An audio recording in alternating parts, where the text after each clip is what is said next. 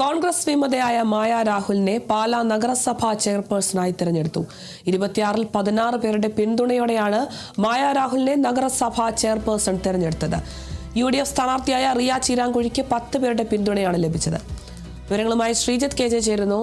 ശ്രീജിത്ത്, എന്തായാലും പാലാ നഗരസഭയിൽ ചെയർപേഴ്സണായി വിമതയായ മായ രാഹുലിനെയാണ് തിരഞ്ഞെടുത്തിരിക്കുന്നത്. കൂടുതൽ വിവരങ്ങൾ എങ്ങനെയാണ്?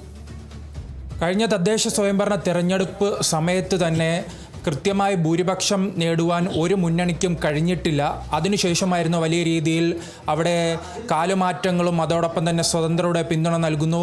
ആ സമയത്ത് തന്നെയായിരുന്നു ഈ സ്വതന്ത്രനായിരുന്ന പുളിക്കക്കണ്ടം കുടുംബത്തിൽ നിന്നുള്ള ഒരംഗം അവിടെ ഏറ്റവും പ്രായം കുറഞ്ഞ ചെയർപേഴ്സണായെല്ലാം തിരഞ്ഞെടുത്തത് മുൻപ് നാം കണ്ടതാണ്. അതിനുശേഷമാണ് അവിടെ അവിശ്വാസ പ്രമേയം LDF അവതരിപ്പിച്ച ശേഷം ഇപ്പോഴാണ് LDFിൻ്റെ പിന്തുണയോടുകൂടി തന്നെ പുതിയ ചെയർപേഴ്സൺ തിരഞ്ഞെടുത്തിരിക്കുന്നത്.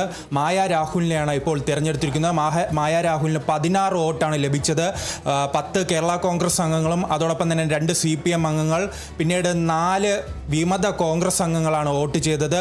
ഈ മായ രാഹുലും ഒരു വിമത കോൺഗ്രസ് നേതാവാണ്. മുൻപ് ആദ്യ സമയത്ത് കോൺഗ്രസിൻ്റെ സ്ഥാനാർത്ഥിയായി വിജയിച്ച മായ പിന്നീട് കഴിഞ്ഞ തെരഞ്ഞെടുപ്പിൽ ഈ മായയ്ക്ക് സീറ്റ് നൽകുവാൻ കോൺഗ്രസ് തയ്യാറായില്ല. അപ്പോഴാണ് സ്വതന്ത്ര സ്ഥാനാർത്ഥിയായി മത്സരിക്കുകയും 2ാം തവണ വിജയിച്ചു കയറുകയും ചെയ്തത്. അതിനുശേഷം കഴിഞ്ഞ ഈ ടേമിൽ ഈ ഉപാധ്യക്ഷയായി പ്രവർത്തിച്ചു വരികയാണ്. അതിനുശേഷമായിരുന്നു ഇപ്പോൾ LDF കൊണ്ടുവന്ന അവിശ്വാസ പ്രമേയം വിജയിക്കുകയും അതിനുശേഷം നടന്ന ഇപ്പോഴുള്ള തിരഞ്ഞെടുപ്പിൽ ഈ മായ തിരഞ്ഞെടുത്തിരിക്കുന്നത്. മായയ്ക്കെതിരായി മത്സരിച്ച UDF സ്ഥാനാർത്ഥിക്ക് ലഭിച്ചത് 10 വോട്ടാണ്. റിയയ്ക്ക് 10 വോട്ട് ലഭിച്ചു. 10 കോൺഗ്രസ് അംഗങ്ങളാണ് ഈ വോട്ട് നൽകിയത്. എന്തായാലും 6 മാസം മുൻപ് രൂപീകരിച്ച ഭരണസമിതി താഴെ പോയതിനു ശേഷം ഇപ്പോൾ പുതിയ ഭരണസമിതി രൂപീകരിച്ചിട്ടുണ്ട്.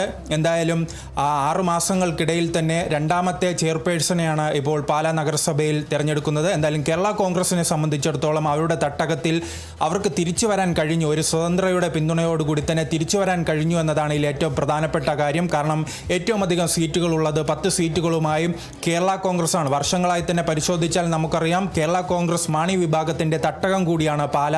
അപ്പോൾ ആ പാലയിൽ LDFിൻ്റെ പിന്തുണയോടുകൂടി തന്നെ LDF മുന്നണിയുടെ ഭാഗമായ കേരള കോൺഗ്രസിൻ്റെ പിന്തുണയോടുകൂടി തന്നെ ഈ മായ രാഹുലിനെ വിജയിപ്പിച്ചെടുക്കാൻ കേരള കോൺഗ്രസിന് കഴിഞ്ഞിട്ടുണ്ട്. പക്ഷേ ഇപ്പോഴും കേവല ഭൂരിപക്ഷം കടന്നിട്ടില്ല. ഇനിയും ഒരു 6 മാസം കഴിഞ്ഞ് കോൺഗ്രസിൻ്റെ പിന്തുണയോടുകൂടി തന്നെ ഒരു അവിശ്വാസം കൊണ്ടുവരികയാണെങ്കിൽ ചിലപ്പോൾ മായ രാഹുലിൻ്റെ സ്ഥാനവും നഷ്ടപ്പെടാനുള്ള സാധ്യതയുണ്ട്. എന്തായാലും വലിയ ഭരണ പ്രതിസന്ധി നിൽക്കുന്ന ഒരു പാർട്ടിക്കും കേവല ഭൂരിപക്ഷമില്ലാത്ത ഒരു നഗരസഭയാണ് പാല. എന്തായാലും പാലയിൽ ഇപ്പോൾ പുതിയ ചെയർപേഴ്സൺ ചുമതലയേറ്റിരിക്കുകയാണ്.